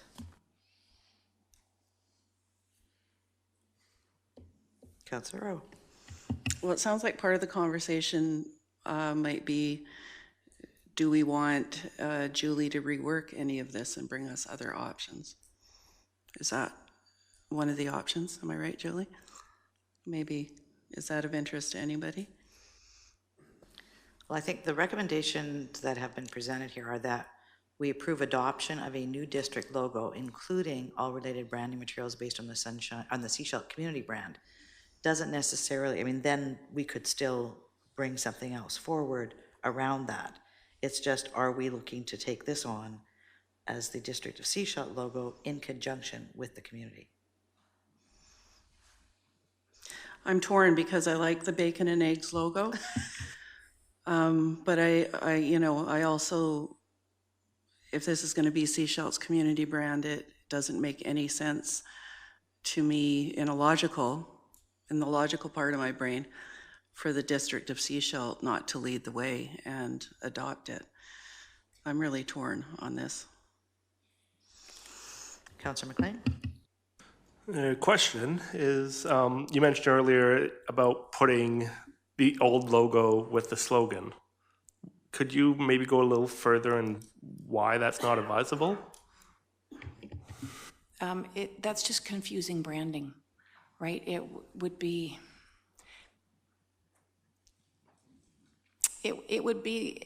you're combining two different brands. Like putting the Nike Just Do It tagline on your Heinz ketchup. You'd go, oh, I've heard Just Do It before, but not with that. So you don't combine the brands like that, and just it would be ripping off their tagline and slapping it next to the corporate logo. I wouldn't do it. Anything from that end of the table? Councillor Kuster? I think I agree with Alton here. I like our bacon and eggs, as Brenda calls it, for our district of Sechelt, and I don't think we need to go through changing everything for us. Thank Mr. Lamb? I think that Alton's got the only black hat with the big S on it, so he's just trying to make it a collector's item. Councillor McLean? So it sounds like we may be heading towards keeping our current logo, which would be a huge shame because we'd lose what I think is a very strong brand. Just centered around the tagline of Heart of the Sunshine Coast. That works. That with everything else that's been presented as the brand of Sechelt could really help move us forward. When I'm out abroad, I say I'm from the Sunshine Coast. I don't say I'm from Sechelt because Sechelt isn't known. We can't say Sechelt is X. That's what this helps with. So there is tremendous value in having a strong brand. And the brand that has been developed through this process is a good one. So I think if I want to provide some direction and trying to meet in the middle somewhere, it's keep the brand and maybe let's refine the logo, because I'm feeling that that's where we're getting the most tension. It's particularly just around that mark. The whole package has a lot of good to it. Any other comments? There is a recommendation. Would someone like to make that recommendation or not?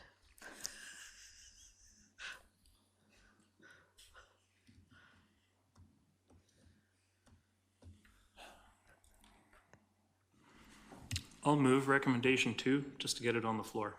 Okay, is there someone who'd like to second that? Second, okay. Any further discussion? So the recommendation on the floor is that council approve adoption of a new district logo, including all related branding materials based on the Sechelt community brand. Councillor Toth. I'm still opposed. I don't see it on our agenda package. I can't see it. But if we go forward, I would hope it would look something like option number 3 on the screen. The second one on the left. Okay. Yes, Councillor Rowe. I would agree on the choice, and I just, I think one of the things that's making it tough for me is that we live in a community that's, it appears that we've had trouble drawing business and industry to, where the taxpayers are carrying a huge burden of our taxation. And I'm a nurse, and I don't ask anybody to come in and tell me how to prep a patient in the operating room. I'm not a marketer. So part of me is saying, you know, this is what we hire people to do. I have to trust that the marketing piece is coming from the experts, and this is going to help move us forward. So I think I am leaning towards supporting this. Councillor McLean. Since it's on the floor, I'll probably be supporting it. If it does happen to fail, I will be moving forward a motion to refer back to the committee, because I think they got good people in the group. And I think with a little more refinement, we can get something really good. Thank you. Anybody else? Comments? Are we ready to vote? Councillor Kuster. I'm just wondering, the recommendation that Alton put through, is it number 1 or number 2? Number two, not approve. No, this is, no, number 2 at the top. That we approve adoption of a new district logo. Gotcha. Okay, so I'm not going forward with that then. Okay, thank you. Councillor Lamb, did you have any comments?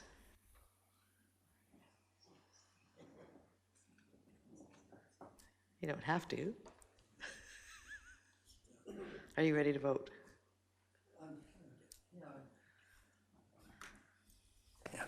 Just the only thing before I went to UBCM this week, I came in and got some buttons from the office with the old logo on it, and the way the sunrise is coming over the ocean anyways, it spins around.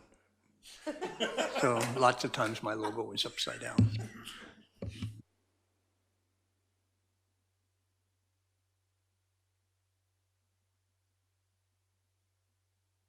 You have unique views on things.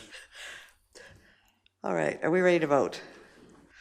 So the motion on the floor is that council approve adoption of a new district logo, including all related branding materials based on the Seashell community brand. All those in favor? All those opposed? So it's defeated. Tie, it's defeated. Thank you. Councillor McLean. I'd like to move a motion that we refer creating a new district logo back to the brand task force for further refinement on the community brand. Is there a seconder? Seconded? Okay. Councillor Toth. The brand task force was about the community brand. The brand task force was not about the District of Sechelt corporate logo. So I don't think it would be appropriate for us to push the corporate logo off to the committee, to the brand task force for the community. Did you want to comment on that? Councillor Toth is correct, but if you're looking for a logo that's not the community logo, but maybe sort of meets some of the things in the brand guide, I can certainly work with the graphic designers that worked with us on the brand book and ask them if they can come up with something else that that works within that brand album, but is maybe still unique to the District of Sechelt, if that's what you'd like. Is that what you're aiming for? That's what he's aiming for. Yep. Councillor Toth. Speak again.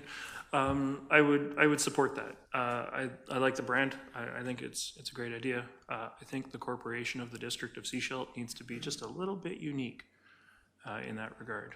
And so I think having it on the side of all our vehicles and our signs and things like that, we risk confusion by adopting the main brand. Did you want to speak? No? Okay. We have a motion on the floor to take this back to the communications manager and the graphics team, basically, to come up with something for the District of Sechelt. Do we need a little clarity on that? Jennifer's got it? She's got it? Okay. All right, all those in favor? And your hand was up, okay. Any opposed? Okay, one opposed, would you like that recorded? Sure. Okay, recorded, please. Thank you very much. Thank you.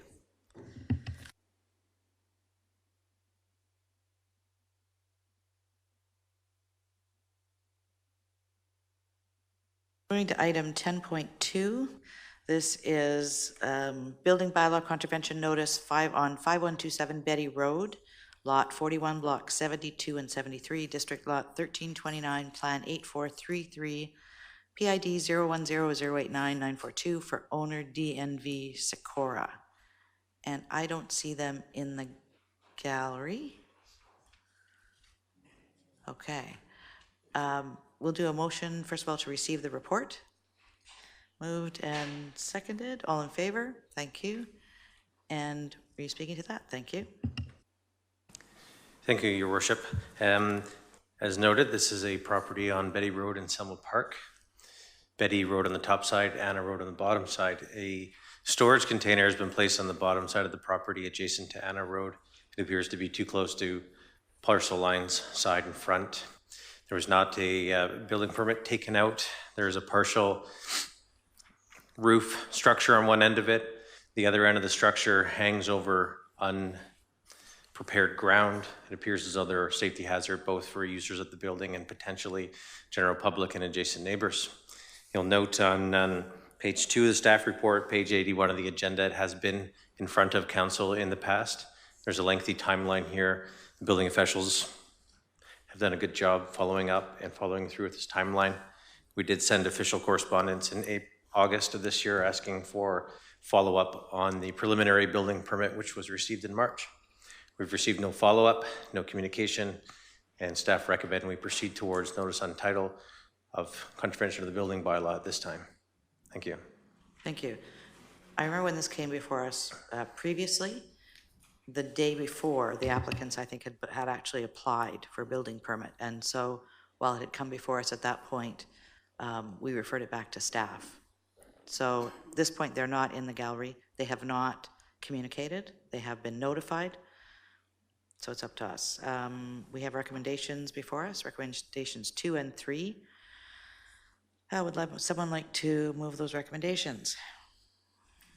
Moved and seconded. I'll read them first. So that's the corporate officer be directed to file notice in the land title office in accordance with section 57 of the community charter against 5127 Betty Road, legally known as Lot 41, Block 72 and 73, District Lot 1329, Plan 8433, PID 010089942, and that upon confirmation from the building official that all outstanding issues are resolved and the required permits, certifications, and inspections approved, the notice may be discharged from the title upon receipt of the required fee. Are there any questions or comments? All those in favor? Thank you. Now, at that time when it came forward to us before, the fire department actually had indicated they had some safety concerns for this, for the storage unit or CCAN or whatever it is that's on the property. Given that, could we put forward a motion to have staff follow up in writing with the property owners and provide a time frame by which they need to remove that storage container?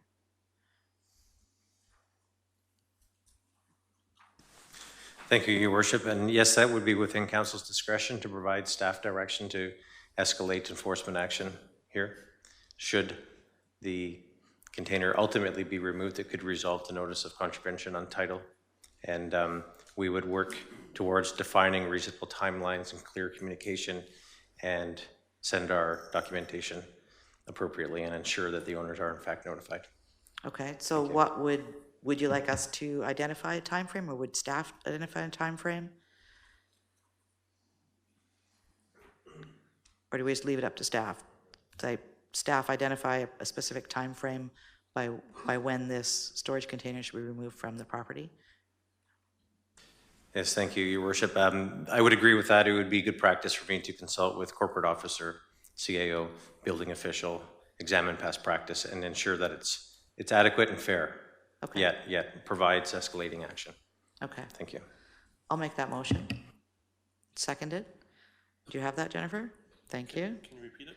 Yes. Could that staff follow up with writing the property owners and provide a time frame of which they must remove the container from the property. Thank you. Okay. Any questions, comments? All those in favor? Thank you. Thank you. We're getting through this agenda. Item 10.3. This is a federal grant, District of Seashell Support for the Sunshine Coast Community Foundation grant application. Motion to receive the report. Moved and seconded. All those in favor? Thank you. Hello. I'm just here to answer any questions that thank council you. may have. Mr. Douglas. Thank you.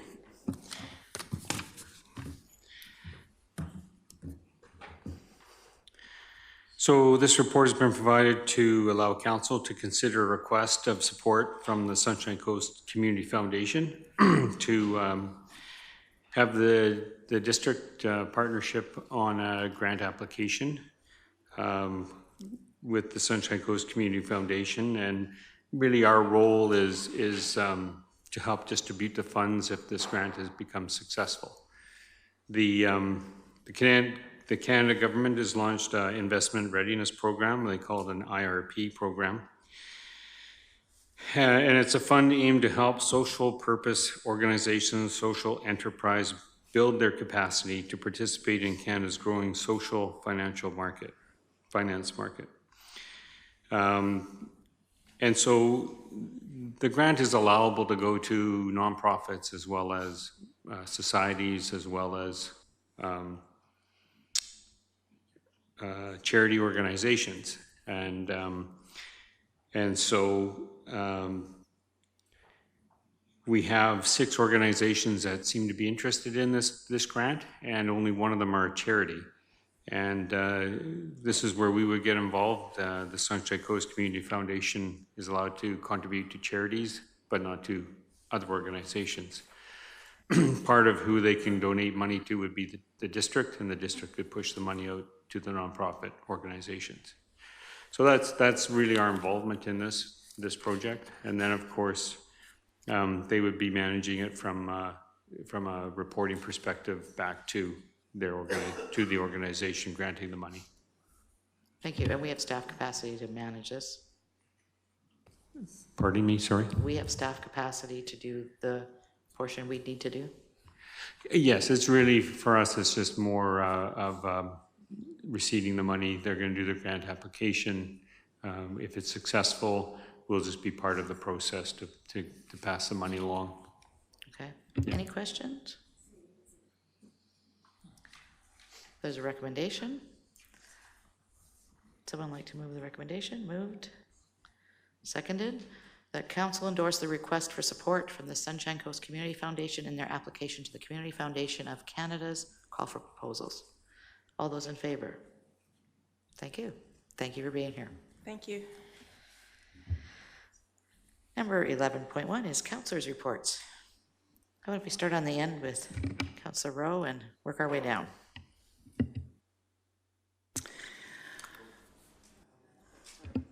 Yes. Sorry, I missed one. Yeah. Yes, sorry, 2019 second quarter capital, I checked it off too quickly. Capital project status report amendment for information. This was actually presented to us last week, or the last meeting. There was a column missing. The column has been replaced and the information has been brought back to us for information. That is correct. Okay. Are there any questions about this one? Let me find the, sorry, move recommendation. I can't find the recommendation. Let me get there. Hang on. Additionally, we'll have third quarter coming up very soon, so you'll get updated numbers. I think it's scheduled for the first meeting in November. Yes. So you're going to move the recommendation that the report be received. Seconded. All in favor? Thank you. Thank you. Councillor Rowe, over to you. Okay, I'll make it quick. Since last we met, we've had our first meeting of the Housing Committee that Councillor McLean is leading. Did a great job, and we have a really varied group around the table, so I'm really looking forward to the work that's going to happen there. And last week we spent at UBCM along with our colleagues from the SCRD in town of Gibsons. And it was just an absolute fabulous learning opportunity for myself, and I think everybody. And we have lots of things to follow up, and that's all I'll say about that, because I'm sure everyone else has something to say. And I just want to give a shout out to I don't want to say old, a nursing colleague of mine, Lorraine Reed, who just won the Sovereign Medal for volunteers. She's a big volunteer in our community, and she's also one of my preceptors when I started working here. And she's done a lot of work provincially around nursing and healthcare, and she's just a spectacular human being in everything that she does. So big kudos to her, and that's all I've got. Thank you. Councillor Toth. Well, mine's not nearly that short. but I'll take a paragraph out. Although I did attend one UBCM session last year before the election, this was my first full convention. Unfortunately, due to the scheduling of many of the minister meetings we had, it was extremely difficult to attend some of the sessions this year, despite being there for the entire week. I did attend the Truck Loggers Association dinner on Monday night on behalf of Mayor Seegers, along with 2 of the members of our community forest, and had some good discussions with other councillors, as well as Minister Donaldson, about sustainable logging practices and how they support not just our community, but many others around the province. The one main session I did make it to at UBCM was on hydrogen technology and the potential to use hydrogen to supplement and even replace petroleum, natural gas, and even battery electric technology for our transportation and heating needs. PowerTech, which is a division of BC Hydro, is heavily invested in working on the technology, the safety standards and systems to allow for vehicle fueling, injection into our natural gas supplies, and even modular fueling facilities. So in a community that may not have a need for a full service station dedicated to it, they can pack a hydrogen fueling station into a 20-foot shipping container and drop it off in that community. As an electric vehicle owner, I know that battery technology is a stopgap, much the same way that compact fluorescents were a stopgap between incandescent and LEDs. I'm looking forward to the day where I can purchase my first hydrogen vehicle, but more importantly, having somewhere to fuel it. I don't know yet if I'm going to attend the full conference next year. It was a lot of stress on my family and my business being away for the full week. And if I do attend, I want to make sure that I get more out of the sessions. On top of that, I also attended Oktoberfest last weekend and volunteered with my daughter doing Scouts cotton candy, and they made out like bandits on the cotton candy. Thank you. Councillor McLean. So yes, we had our first housing committee meeting. I'll have minutes ready for the next council meeting. UBCM put a little bit of a delay in getting those out. It was a good meeting. We are working on setting out goals for the committee. Rather than just kind of the shotgun approach, I think we're taking a very deliberate approach and looking at what the change we want to see through that committee. One of the key things that the committee will be working with is a housing needs assessment, which the District of Sechelt, SCRD, and Gibson's got a grant for recently. So we're going to take that and play off of it, hopefully. So we're looking forward to learning more about that at our next meeting. Waiting for a schedule, or just a few things to schedule our next housing committee meeting, but that should be coming up late October. UBCM was great. I really appreciated the meetings with the ministers. The approach that we took was one where we divided up the leadership with several of the actions. So it allowed different people on council to take different issues on, which was nice. I think probably the best experience was the transportation meeting with Minister Claire Trevena. They were running well behind schedule, so at the last minute we decided to combine our session with Gibson's. So a few minutes before that meeting, there was a couple of us meeting to scramble to figure out how to best play off our different asks with Gibson's and get the most effective asks to the Minister of Transportation. So that was really effective. And then the SRD was also in the room while we had that meeting. So the next day, the SRD met with the minister and had some Gibson's and Sechelt in the room. So we're able to follow up with that meeting. So I think it really speaks to the collaborative approach that we're taking between the different governments. And I think it made our asks much more effective. Thank you. Councillor Lamb. Yeah, so I've, what have we done? Okay, we're UBCM, obviously, with everybody else, and one of the things that came out of that is the District of Sechelt got a grant for water conservation for $10,000, and the district has already set up matching funds for that. And then we've had our first, we've had 2 Water Resource Select Committee meetings. And we've got a pretty good group of people there. The discussion gets going pretty good. And I think we've got one fella on board with the knows. Yes, changed his mind, yeah. So, yeah. So, and anyways, running out of the house and being busy today, I didn't bring my SCRD report. So I apologize to the RD for that. So that's me. Thank you. Councillor Kuster.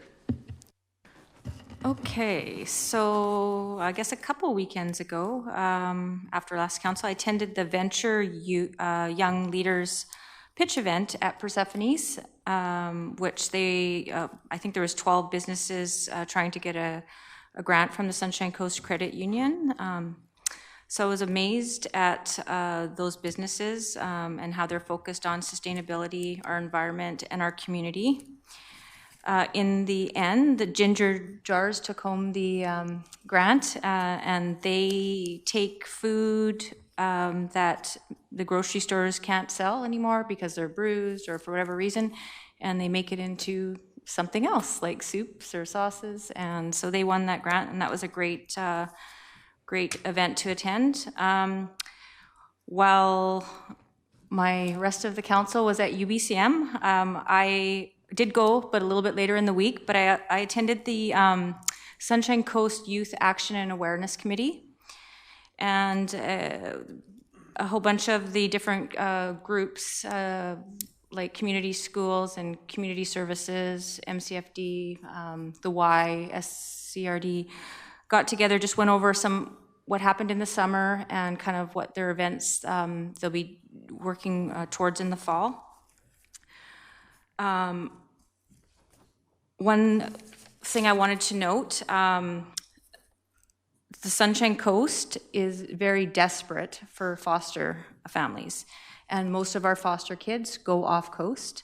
So November is Adoption Awareness Month and Foster Awareness Month. So if you go into fosternow.ca, you can get all your information about that. Another kind of thing that came up was Jenny Peters is going to be doing Dreams Come True again, which allows young girls to be able to go in and get dresses for grad or prom that may not be able to afford that. And she's working really hard to get that up and running again this year. So that's a great thing for our community. And the other thing I wanted just to make note that I learned at the Sunshine Coast Youth Committee, that we have a lot of homeless kids on the coast, and that kind of just really hit home with me and surprised me, and makes me sad. I did attend UBCM for a couple days. It was great to get together. I did attend one session of note with Brenda, with some great new grants that are coming through, poverty reduction and homelessness community action grants. That was really good. And I did go to Oktoberfest, bought some cotton candy from Alton, and that's it. Thank you. Okay, so meetings. I'm going to comment on the meetings. I think in past years, when we've made requests for meetings with ministers at UBCM, we would request 6 or 7 and maybe get 2. So we put in requests for 10 and we got 8. And then there were some staff meetings that we added. So we ended up doing 15 meetings in that week. 2 of them were with the regional district. But one of the things that we did that has not been done in the past is the Town of Gibson's, District of Sechelt, and the SCRD shared our meeting schedule with each other. And so, for example, if Gibson's was interested in attending one of the meetings that we had scheduled, 1 or 2 of them would show up and come in with us. And vice versa, we'd go in with the SCRD or the Town of Gibson's. And we found that it was actually noted on by the ministerial staff and some of the staff there that we actually were coming together.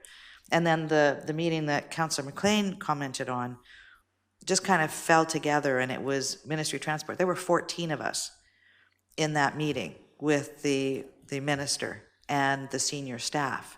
And they had everybody there from ferries, highways, all of the different modalities.